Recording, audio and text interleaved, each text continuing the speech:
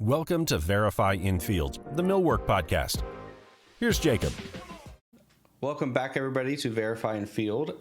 Today, I have Joseph Richards of Flooring Takeoffs with me. He is the owner of Flooring Takeoffs, joining us and specializing in commercial flooring and tile estimating. So, thanks for joining today, Joseph. Yeah, thanks for having me.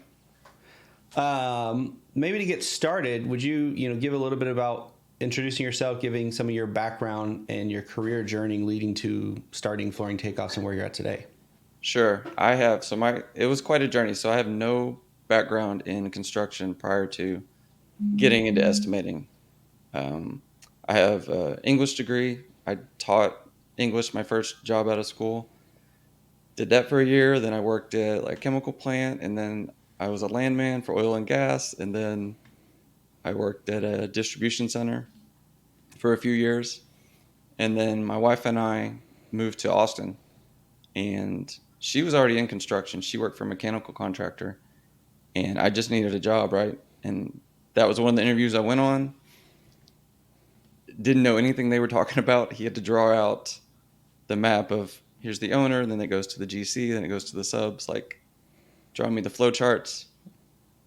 But when he started talking about takeoffs, the thing that kind of stuck out to me was he said it's like solving a puzzle. And something in that just kind of clicked. And I did that, and that was 11 years ago. So I've had a couple stints. I was like a helper for an electrician for a little bit, and then I had a stint at a cabinet company, but I keep coming back to flooring. So, and I hear that a lot. Once you get into flooring, you never get out. Yeah. So it's kind of been that way for me. So I was at a shop in Austin for about 9-10 years. Kind of did everything there. Went from running the department, kind of bringing in new software, and as we grew, kind of just changing my role within that. About a year and a half ago, I decided to go out on my own and do estimating for other commercial flooring companies. So that's what I'm doing now. We had actually used somebody at my old job, and they were kind of ahead of the curve before this. This was probably 5 years ago, and they were already doing kind of what I'm doing now. And I remember when they came in, the first thing me and one of the PMs said, it's well, we should do this, because it's not, your startup costs are basically some big monitors in your software, right? Right. And we already do this every day. We should do this. But so it was always kind of in the back of my head, but the tech wasn't always there, right? It was kind of before Zoom and everything became ubiquitous, and logistically it was still a challenge to try and pull that off. So kind of as that got better, I kind of kept my eye on it. It was always in the back of my head. And my wife just kind of got tired of me talking about it. She's like, well, just do it already. And here we are. So about 18 months ago, I went ahead and went out on my own. Nice. That's awesome. So, in Flooring Takeoffs, I imagine you said you're doing Flooring Takeoffs for commercial flooring companies. And I imagine the difference in that and casework or millwork shops is that flooring companies you're doing the takeoffs for largely are installing. They're not really manufacturing the flooring. Is that accurate? Correct. Yeah. But it's companies that exclusively install flooring, right? Right. And they do it in large volumes and stuff. So you're taking off, obviously the takeoff process, the estimating process, I imagine is very similar. You're working through large architectural sets, going through and finding the scope items, the finish, plans and things like that. But outside of that, what are some of the intricacies or kind of, unique things to flooring that maybe people might not be aware of? It really gets into certain products need a little more detail. A lot of it, you just look at it and you're basically, you're just coloring in big boxes with different colors. Yeah. Some of it is that, to be fair. So, but then you get into kind of dialects as a trim piece, and some of them have a lot of different individual pieces. You need connectors and corner pieces and end caps at the door frames. So there's still a lot of especially for kind of specialty stuff, there's still a lot of knowledge you need that is different than just coloring in the boxes. So, and that's really something you only get from doing, doing this every day for years, and you look at enough set of plans and you kind of just know when that stuff's supposed to be there, right? So that's kind of the big difference between just coloring in the plans and then actually knowing, what you're looking for. Right. So there is fabrication that has to be done. There's also details that aren't in those drawings, right? That the architect or whoever's doing those interior design drawings or architectural drawings doesn't understand. They are basically saying this finish here, but the flooring installer, the flooring company is having to go, okay, well, we're transitioning from this to this, or we've got, we're going to have those transition strips or things like that you're having to do, or substrate buildups or whatever it might be. You're having to think through that, because not only is that material cost, but I imagine there's labor cost and things like that you're dealing with in the field that at the takeoff stage, the estimating stage, you're planning for. Yeah, especially, I'm sure it's the same on your side. Plans, you bid them so many times now, you go through like the design phase, and then stuff gets VE'd out for pricing or whatever reason. So a lot of the times you're almost like a consultant with those designers and architects saying, hey, this is not a great fit for this area, or what kind of traffic's going to be here.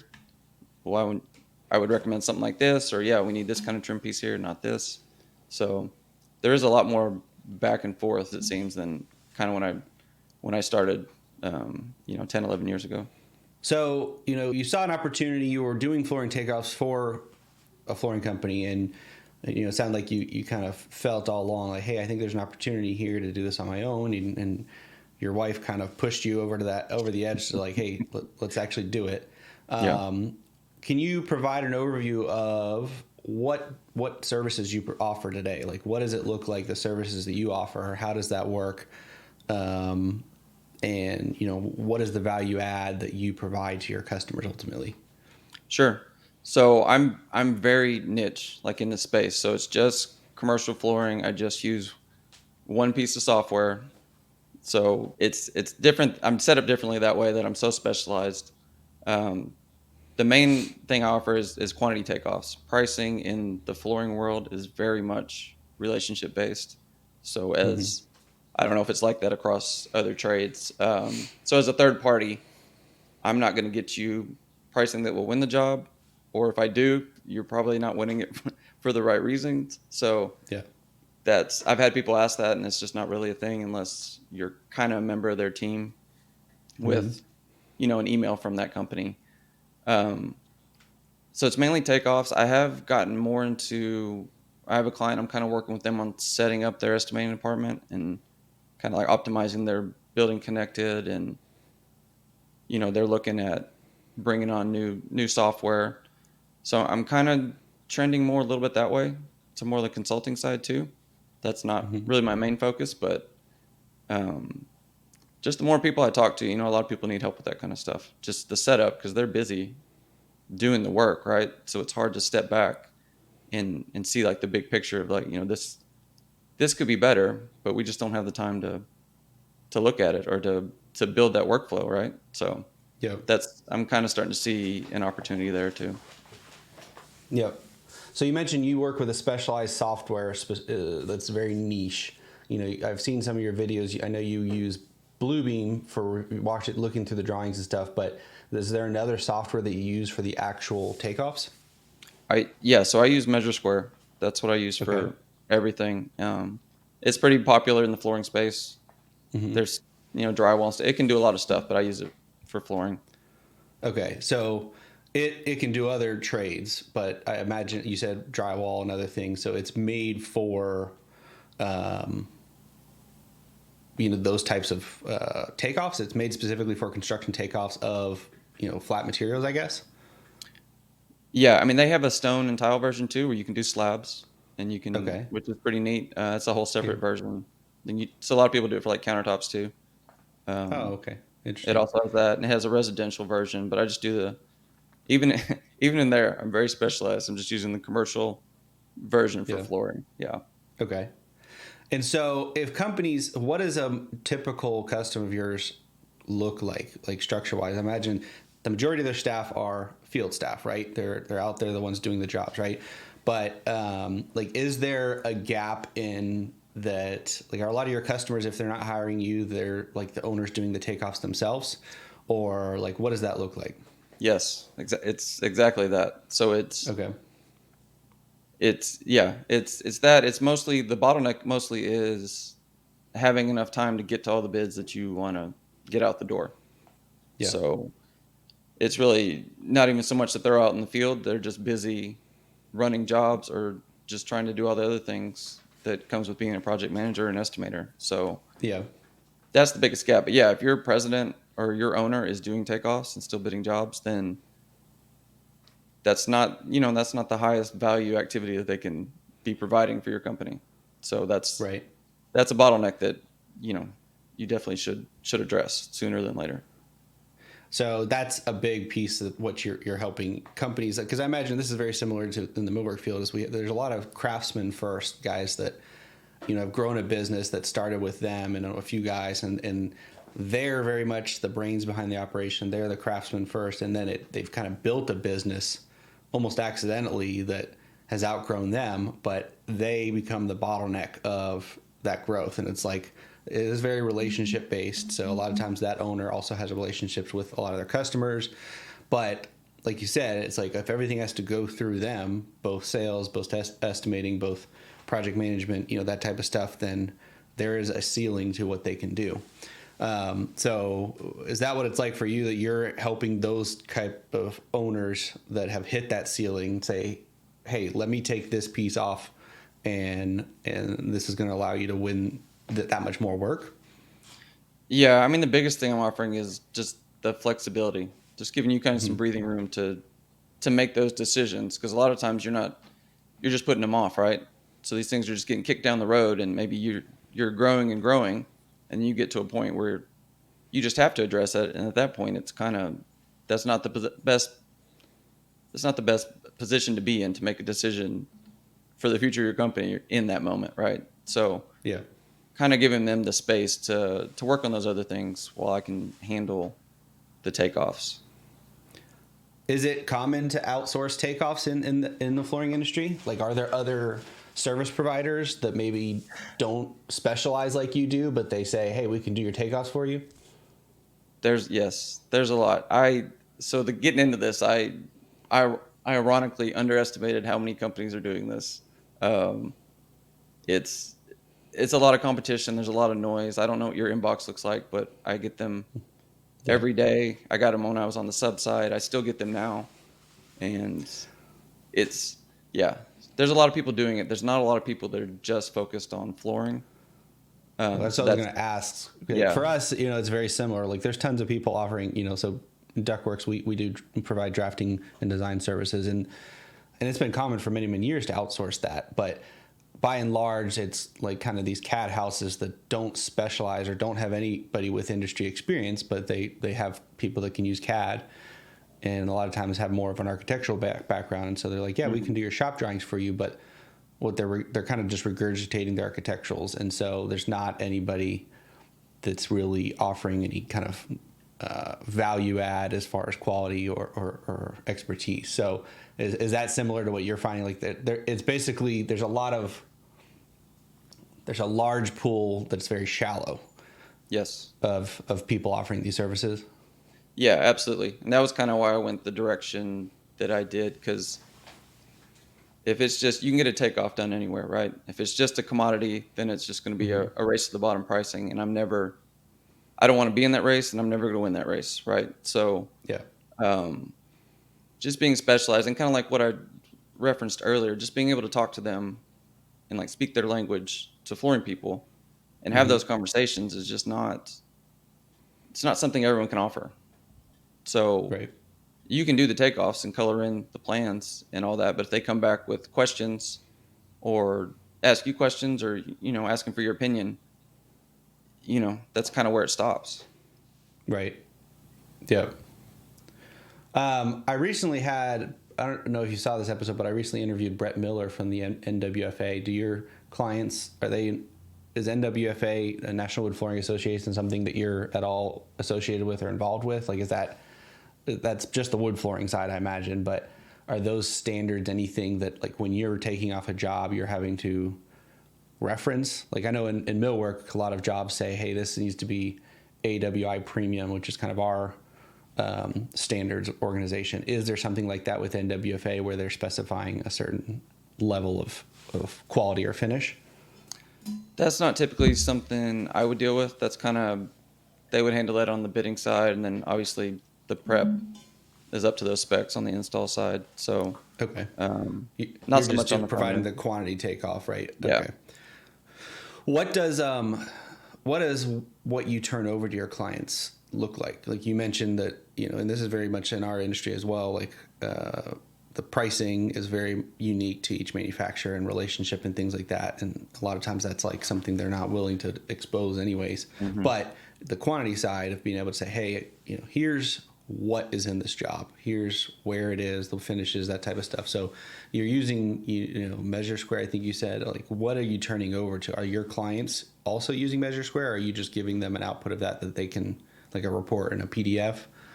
What does kind of the data and turnover side look like? Yeah, both. So I mean, if they use Measure Square, I just give them the source file, so that way they can, if it's something like, hey, this room changed from carpet to VCT, they can just drag and drop it and not send it back and wait on me to get to it on my list when it's a 15-second fix. So if they have the program, I will just share the source files with them, and then they can change it however they see fit. If they don't, then I send a PDF and an Excel file with all the totals. Right. Okay. So as you're, I imagine a lot of this for you, your business is relationship based. Once you develop a relationship with a client, it's kind of ongoing and recurring as their needs go. And, like for us, we enable our clients to scale. So it's, hey, I have a bunch of work I need to bid. You're here when I need you, but you're not when I don't, right? Mm-hmm. And that's kind of one of the benefits of outsourcing versus, hey, if I have a staff estimator, I got to have something for him to do all the time. Or, but what are some of the challenges that, obviously being a B2B business is very different than business, B2C consumer based. Are there any lessons you've learned or things that you've overcome as you've been a year and a half now into doing this as a business? Sure. I wish my biggest kind of regret is not growing my network before I started it. I was always kind of just in the estimating side, so I was a little bit isolated from like the sales reps and maybe the other people, because we're not the ones pricing the jobs and giving them business. It's been much harder to approach people on LinkedIn for sure, just even as a connection. I think once they see my title and what I'm doing, because they're just afraid a sales pitch is coming immediately after. So that part's been hard. Like, I'm still very much relationship based. Like, that's kind of my model. I approach it as like a partnership with these. I've had one that's been with me the whole time. One's, a little more than a year. That's kind of my goal, is to, be there and grow with companies and help them grow. I have some that are just kind of on and off, like you said. They get busy, they need help, and then they don't need me, and then come back a few months later, and that's great too. But really, yeah, my network, I've been like slowly growing it, and really meeting more people like you has been really interesting. Like talking to other people that do this and kind of other scopes. But that's the one thing I kind of regret not doing more ahead of time. Yeah. Networking more and finding, yeah. I mean, it is all a relationship business, especially just a construction in general. And I think that's something that I've learned, a big is key for us. The clients that I've have a personal relationship to some extent, where I've talked directly with the owner, or I've even met them in person, that goes a long way. Because the thing in our industry, and especially something like takeoffs, is you're providing a service. There's going to be mistakes. You're going to make mistakes, and those mistakes impact our client's business. But having that relationship to where you're able to get on a call and say, hey, look, I made this mistake. I'm going to help you work through it. We're going to work past it. Versus if it's a very like nameless, faceless relationship of just, hey, this is a service. It's very easy for the owner to say, well, I'm never using them again. Exactly. And but if they know Joseph, then, I'm going to get on a phone call with Joseph. I know Joseph's a good guy. I know that we're going to work through this. Exactly. It's a different conversation, right? And that's the biggest, and rightfully so. That's the biggest objection I hear is what happens when, not if, but when you miss something. Yeah. Like you're just some company that's going to ghost me. All your contracts say you're not responsible for anything, and I'm stuck holding the bag on this, and now I've sworn this off for the rest of my life. Yeah. So, and that's a real concern. Like I don't downplay it, but it's like you said, like if it's a partnership and a relationship, then we work through it together. Like Right. it's I mean, still, and that's why I tell my clients, because it's like, for what me, would you it's not do if you're, your employee missed something, right? It's the same. yeah, It's kind of the same. It's just hard. It's a different mindset. Like if your employee misses something, then you work through it together, right? Or you fire them, and then yeah, so they're like, well, what's the repercussions if you miss something? Well, then I lose your business, and then yeah, I don't have that partnership, and then it's still a small world, right? It gets around. Like, hey, he yeah, missed a big thing on this job, and other people here. So I mean, I still have stuff at stake, right? So yeah, we're both kind of on the line together if you're approaching it as a partnership. If it's just a right, transaction and they can just kind of wipe their hands and walk away, I'm like, well, you signed the contract, you're supposed to review it. All mistakes are on you. I mean, that definitely happens, but that's not my approach. That's not what I'm trying to build with people. right. Yeah. No, I mean, I think that is a big difference. And like you said, like what happens if your employee misses it? That's something I remind our clients of. But the reality is like you're putting your name and your face out there, and that client, they're going to tell other owners, hey, I worked with Joseph and he made this mistake. That's what's at stake for you. And so it would be much easier to keep to say, oh, well, I'm not Joseph. I'm not putting my face behind this. I'm just behind a screen. But Yeah. you're not. You're putting yourself out there. You're attaching your reputation to everything that you do, every job that you do.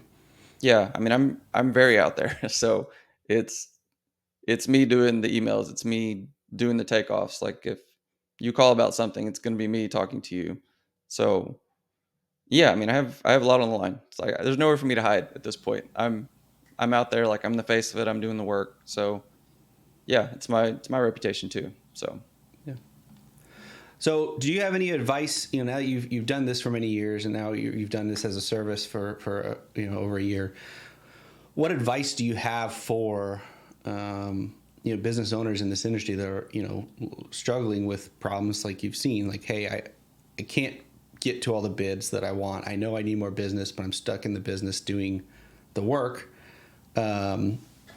Is there advice you would have? Because like for us, a lot of times the thing we struggle with is clients say, okay, I'm ready to work with you. I know I need it, but they're not actually ready or organized in a place to give us what we need. Like there's good customers that are easier to work with. Like they're more organized and more prepared. Are there things that just, whether they work with you or not, companies should be doing to do a better job at their takeoffs, their estimating?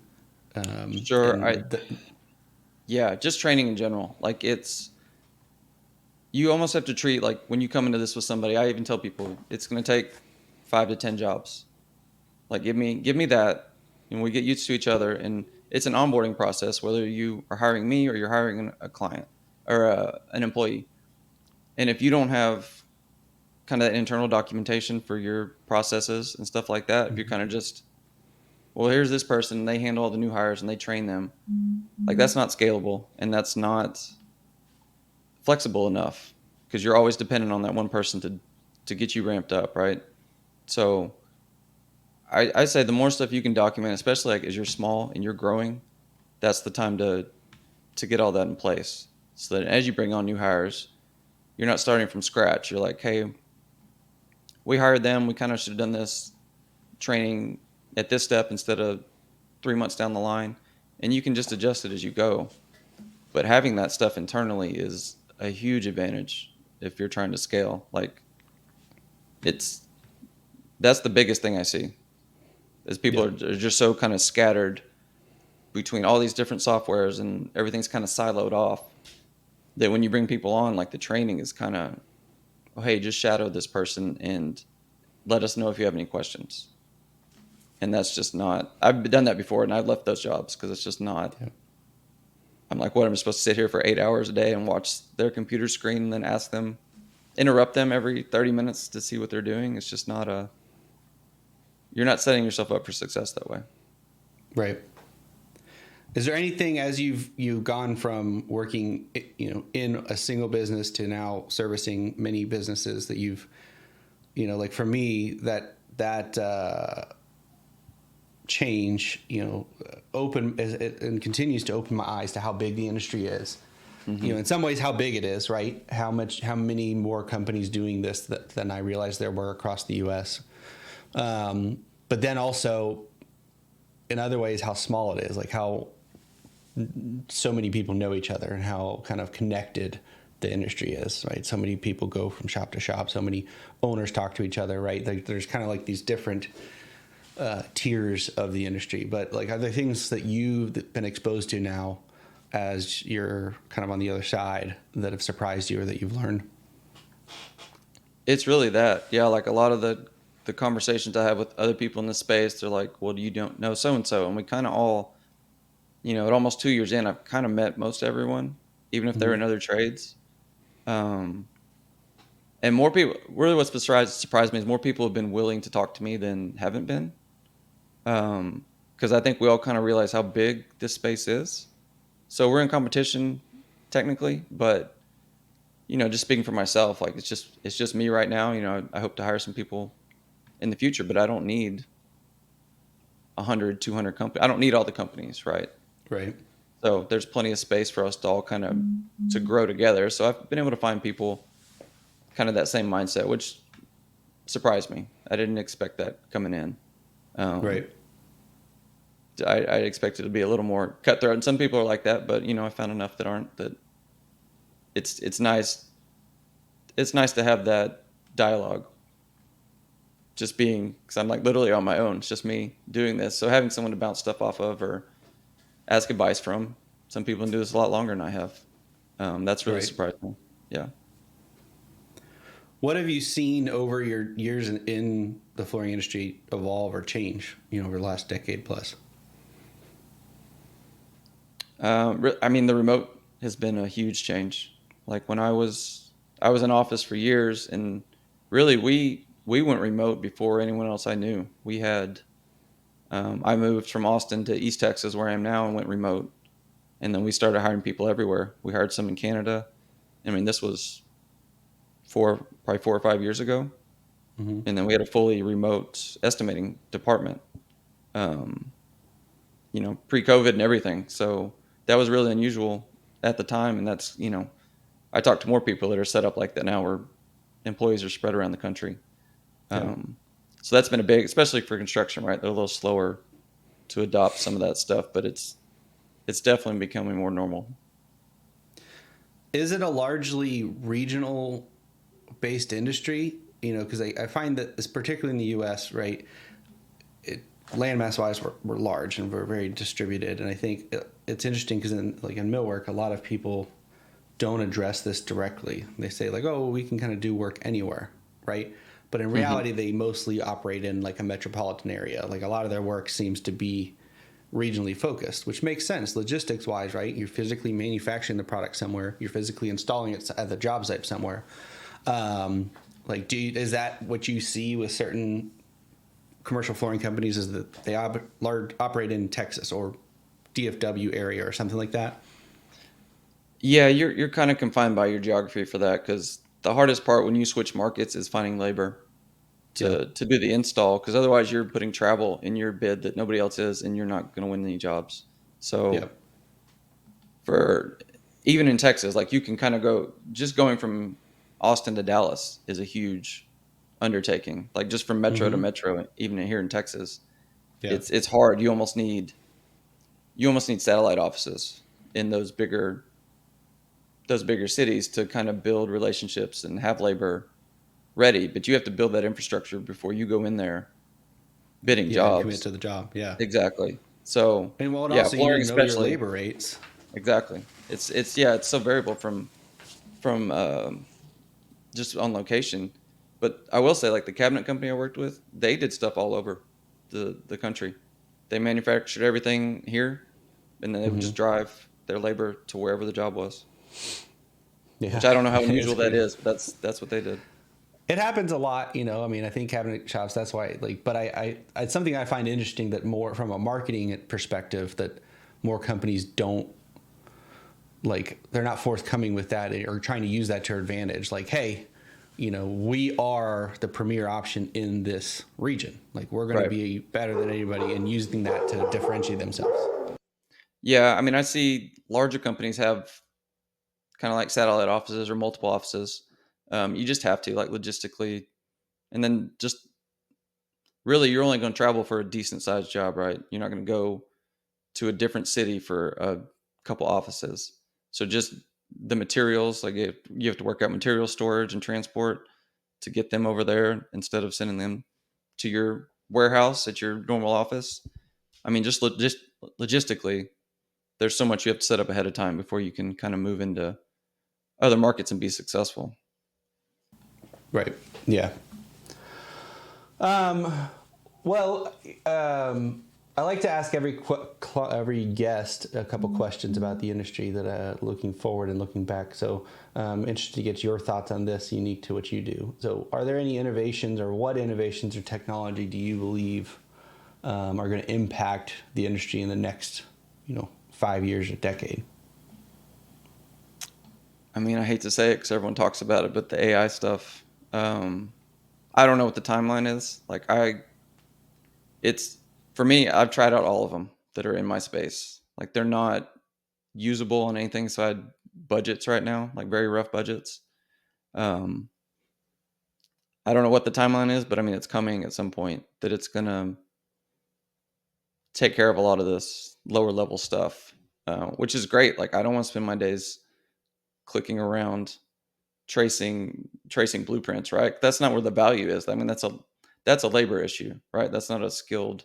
There's some skill to it and being able to do it quickly and correctly, but that's more of a manpower issue than it is a expertise issue. So I think solving that would be a huge deal. And especially I think that will, if anything, that will increase relationships more Mm-hmm. because you're going to kind of level the pricing for what it takes to get a takeoff done, right?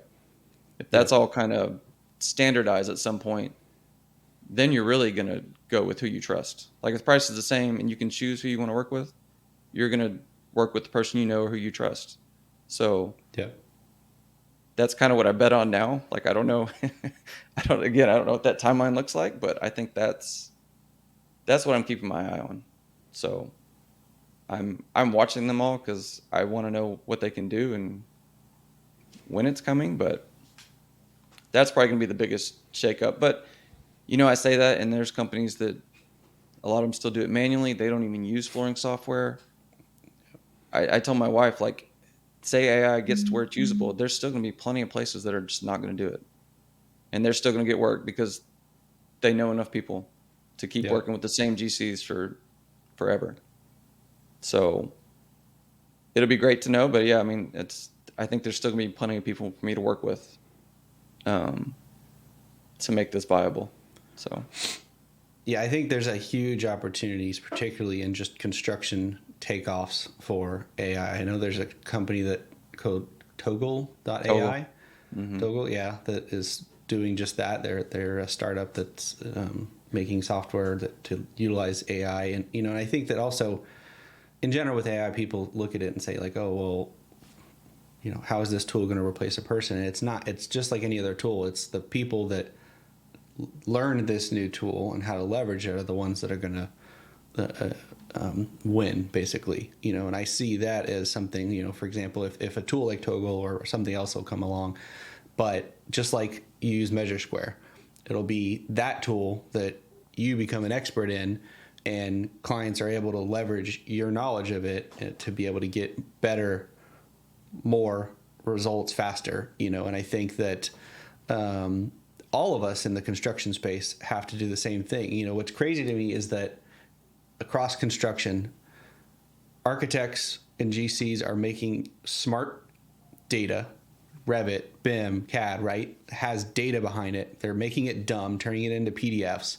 handing it off to all the trades, and we have to try to manually make that data smart again by literally just graphically looking at something. It used to be highlighters on printed paper. Now you can use Bluebeam or Takeoff software. But again, like, there's smart data behind that. We just don't have access to it. We're not leveraging it. And so I think there is a huge opportunity there that applies to all the trades, which is a massive, massive industry, massive opportunity, because you think you've got MEP, you've got flooring, you've got millwork, you've got electric, you've got the drywall guys, the steel guys. Every one of those sub trades is doing the same thing.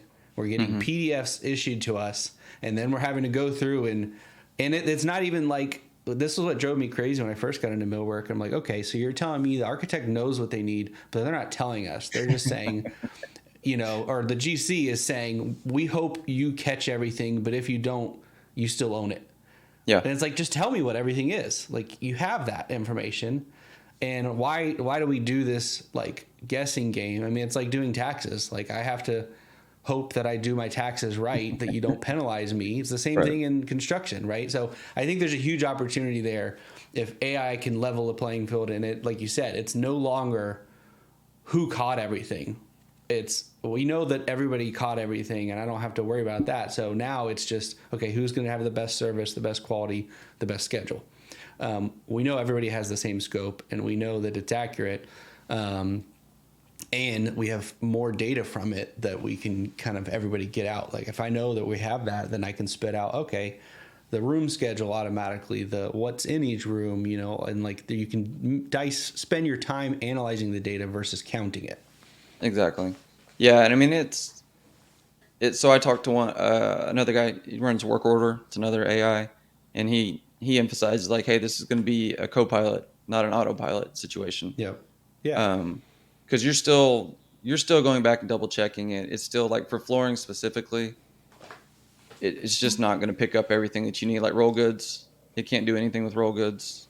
So if you need to do shops, I found somebody that uses Toggle, and they have like an in-house CAD team as a flooring company to do their shop drawings, because you have to submit seam diagrams, right? If you have sheet vinyl or broadloom or any kind of roll good, they're going to have to approve your seam layout. So that's one thing, but I mean, they're a big company. How many companies are going to be able to do that? Or maybe they hire people like your company to do the CAD. So that may be something that pops up. But yeah, I think there's, especially for people like us, I think there's a big opportunity in teaching this kind of stuff too. Like that was kind of my goal with the videos I do, was one, it's different. Like nobody else does it that I have found. It's just a different way to kind of establish some trust and authority and kind of build that relationship without actually talking to them. So I've had people come like, hey, I saw your videos, or, we kind of have a different starting point than if it's just a cold intro. Right. So I think stuff like that would be more important also going forward. So on the flip side, we talked about what do you think will change. What do you think going forward is going to remain the same? I mean, we've brought it up a few times, but the relationships are always going to matter. Like it's already a big factor in getting jobs and getting pricing and stuff like that. I think I don't see that ever changing. So yeah, if anything, it's like we said, it's going to be more important going forward as this stuff kind of gets standardized. Right. Awesome. Well, Joseph, it was a pleasure having you on. I really appreciate everything you've shared with us. If people want to find out more about you, the services you offer, Flooring Takeoffs, what's the best way for them to reach out and contact you and find out more information? Sure. Probably the best way is LinkedIn. So I'm on there as myself. I also have a company page that I'll put Measure Squared videos on there. I have a YouTube, Flooring Takeoffs, and Flooring Takeoffs everywhere. So, but yeah, probably LinkedIn's the best. I think that's how we connected. Yeah. But yeah, look me up on there, message me. Always open to talk. Awesome. Well, we'll link those in the show notes. We'll link to your website and your LinkedIn. And yeah, your YouTube has some great videos on it that I'm actually sharing with my team. So I appreciate all that you're doing. I appreciate you taking time to come out and talk with us. And look forward to hopefully having you on again in the future. Yeah, I enjoyed it. Thanks for having me. Thanks, Joseph.